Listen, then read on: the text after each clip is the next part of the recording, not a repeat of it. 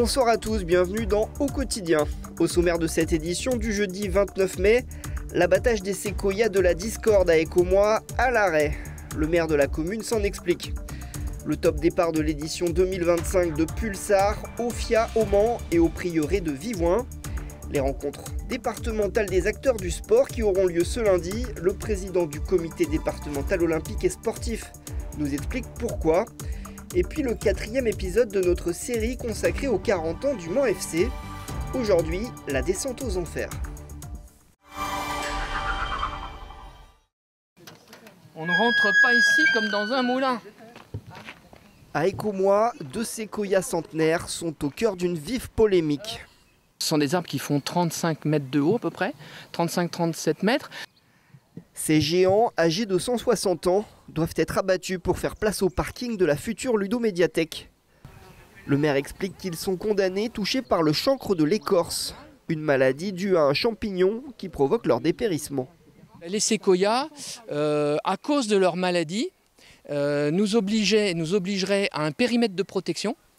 Pour ce qu'on pourrait appeler des soins palliatifs, si vous voulez. Il y a une préconisation de faire un périmètre autour, ce qui fait qu'on ne peut absolument rien faire, même pas d'espace vert, même pas de gazon. De quoi amputer très fortement le projet pour lequel les travaux doivent débuter en septembre. La semaine dernière, l'abattage a débuté, mais a été stoppé net en raison de la présence d'un nid de rouge-gorge. Le paysagiste qui travaille pour la mairie n'avait pas repéré d'animaux, d'oiseaux particuliers ou de nids. Et les observateurs extérieurs ont alerté l'Office français pour la biodiversité, ayant aperçu des oiseaux qui pouvaient se nicher là. Et effectivement, il y a un nid de rouge-gorge qui nous a obligés à suspendre les travaux. Et heureusement, les oiseaux se portent bien et vont pouvoir faire leur cycle jusqu'en septembre. Après la période de nidification, le chantier va donc reprendre. À terme, selon la mairie, les alentours de la future ludomédiathèque seront replantés avec 28 nouveaux arbres.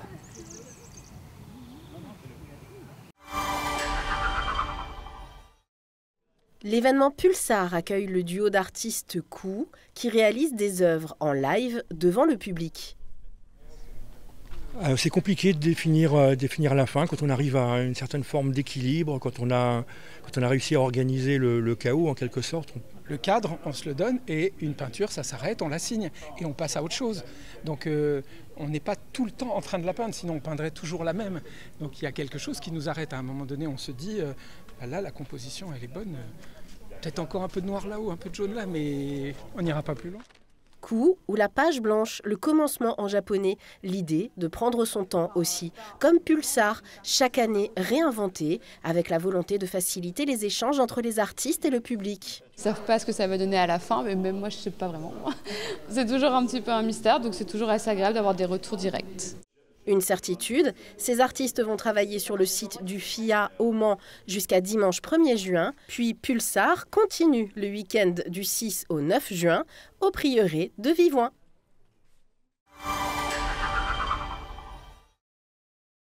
Les rencontres départementales des acteurs du sport ont lieu lundi 2 juin de 18h à 21h, salle du conseil municipal des Jacobins au Mans. Un moment important pour les différentes fédérations. Des tables rondes et des échanges informels auront lieu autour de la question de l'innovation au service des clubs, du territoire et des financements. Un sujet crucial en cette période de baisse des aides publiques.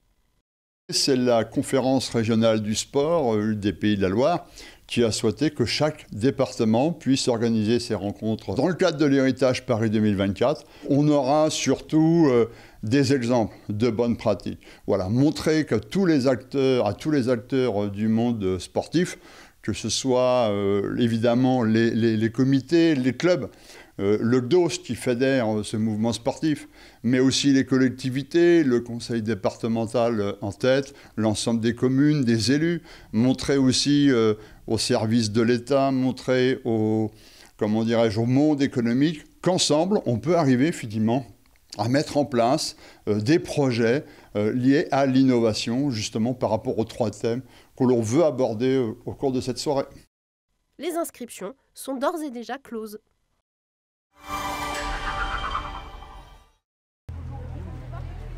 Des courses de vélo ce jeudi au Mans. Pour l'Ascension, le Mans-Sarthe Vélo organisait son traditionnel Grand Prix cycliste. 3 courses étaient au programme dans les catégories U15, U17 et Élite. Au total, une centaine de jeunes cyclistes se sont affrontés sur une boucle de 2 km 200 dans le centre-ville.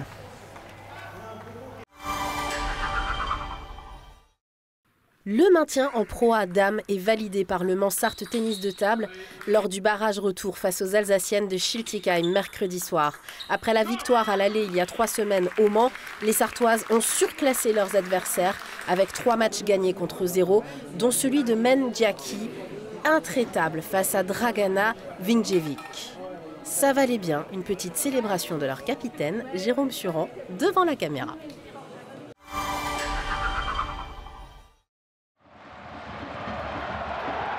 Si jouer en Ligue 1, faire douter les gros calibres du championnat était devenu une habitude, le MUC 72 n'est finalement pas resté bien longtemps en première division. Entre 2008 et 2010, Le Mans souffle le chaud et le froid.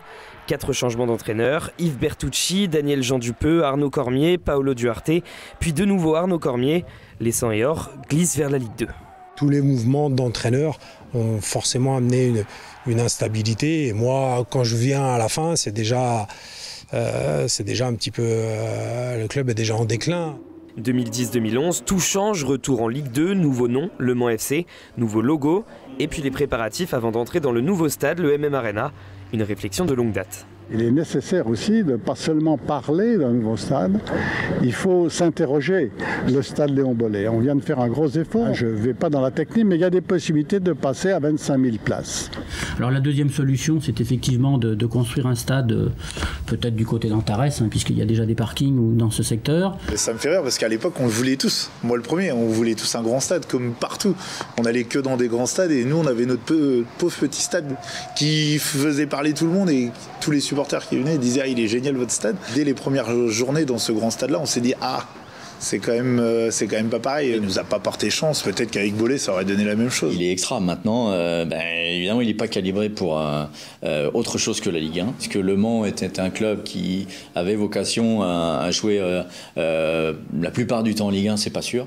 Cette saison-là, les Sartois inaugurent en grande pompe ce nouvel écrin par un succès tout feu tout flamme 3-0 contre Ajaccio, mais échouent à reprendre l'ascenseur dans le sprint final avec une défaite à Vannes 4-3, encore dans tous les esprits. Tout le monde parle de la fin de saison, du match à Vannes, mais je pense que l'été a été compliqué et avant octobre, on n'est pas bien classé. Cette saison-là, où du coup il manque pas grand-chose pour remonter, là on voit déjà que les choses s'étaient inversées. D'une hypothétique remontée en Ligue 1 en 2011 à une lutte pour le maintien en Ligue 2 en 2012, tout a changé. J'ai honte d'aller à la poste, j'ai honte d'aller à la boulangerie, j'ai honte qu'on me voit, voilà, c'est pas une fierté. En plus, des démons financiers pointent le bout de leur nez.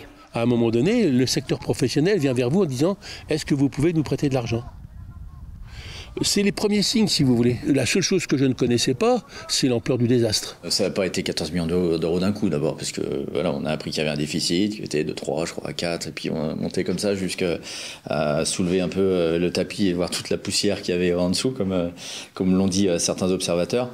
Mais non, ça ne s'est pas vu tout de suite, on a vu le déclin sportif d'abord. D'abord relégués, puis maintenus par la commission d'appel de la DNCG, les joueurs emmenés par Denis Anco puis Régis Benardo ne parviennent pas à se maintenir sur le terrain.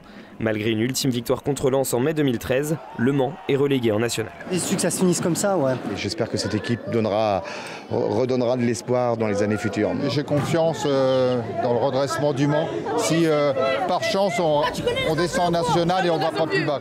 Une longue bataille devant les tribunaux est entamée dans l'été, mais le club ne peut éviter la liquidation judiciaire. On avait tous ce sentiment que ça se dit mais quel gâchis. Tu passes de la Ligue 2 à National à DH en l'espace de 3 mois. Si tous les clubs descendaient avec le passif qu'avait le Mans à l'époque, maintenant, il y aurait des dégâts. Il faut des appuis politiques, il faut des appuis institutionnels pour sauver sa peau, et je pense qu'on les avait pas. Et maintenant, que faire ? On se dit le club est mort. Tu fais le travail du mieux que tu peux, tu sais pas où ça va aller. Le Mans tente de sauver les meubles et ce sont les anciens qui prennent tout en main. Je pense qu'il n'y avait pas beaucoup de monde qui voulait être président du club à ce moment-là. Parce que tu avais plus d'emmerdes que de plaisir. J'avais tellement de dossiers d'ouverts et il y avait des feux dans chaque tiroir. On ne peut pas imaginer comment j'ai pu récupérer le club en 2013. Henri a géré comme il sentait être la bonne gestion pour un véritable grand club professionnel. Je n'oublierai pas non plus un mot quand il a dit le Mans sera parmi les 50 clubs européens. On s'est retrouvé en DH. Donc il y a des moments où on peut se tromper, il y a des moments où le football rend fou. Un homme et une équipe qui ont peut-être sauvé l'institution à ce moment-là. Ces personnes-là, je pense que le club ne fera jamais qu'ils les oublie. Parce qu'à un moment donné, heureusement qu'elles étaient là, sinon le club, c'est pas en DH qu'il aurait fini.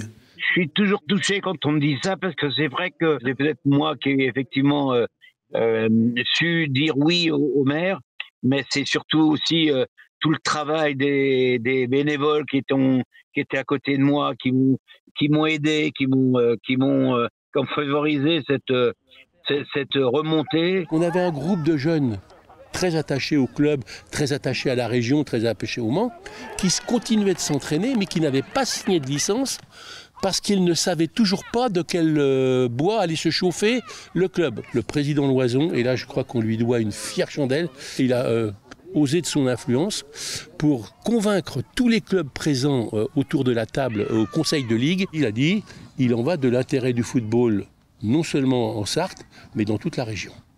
Tous les autres clubs avaient déjà disputé 6 matchs. Donc il fallait mathématiquement prendre 18 points de plus que les autres, que nos adversaires. Malgré la chute, les 100 et or emmenés par Stéphane Guédet peuvent compter sur leurs jeunes, oui, mais aussi sur leurs supporters. Paradoxalement, l'année en DH, division d'honneur, n'est pas un souvenir infernal. On sortait des CRS tout le week-end et là un monde où t'as la buvette, c'est champêtre. On se dit tiens, on va faire un match et on y va et on passe un match mais de folie. Le club gagne, les joueurs hallucinent et pour nous c'est des super bons souvenirs parce qu'on fait revivre le club. Puis tu gagnes tous les week-ends. En fait il n'y a pas de division quand c'est ça, tu regardes ton match, c'est ton équipe, je pense que tu te rends pas compte que tu joues contre Coulennes ou que tu joues contre Marseille, quoi. Malgré 6 matchs perdus sans jouer dès le début de la saison, le Mans rattrape son retard et obtient la montée à la dernière journée. On prenait match par match, on donnait notre cœur, tout ce qu'on avait. On a eu quelques miracles parfois, c'est vrai, mais bon, maintenant on est là. Quand vous voyez que votre équipe gagne et qu'elle gagne le droit d'aller rejouer dans le championnat national, je peux vous dire que ça vous prend les tripes. Une première étape, mais le Mans auréolé ne rejoint que la 5e division française et aspire à d'autres montées à plus ou moins long terme. C'est en tout cas ce que toutes ces personnes agissant dans l'ombre désiraient.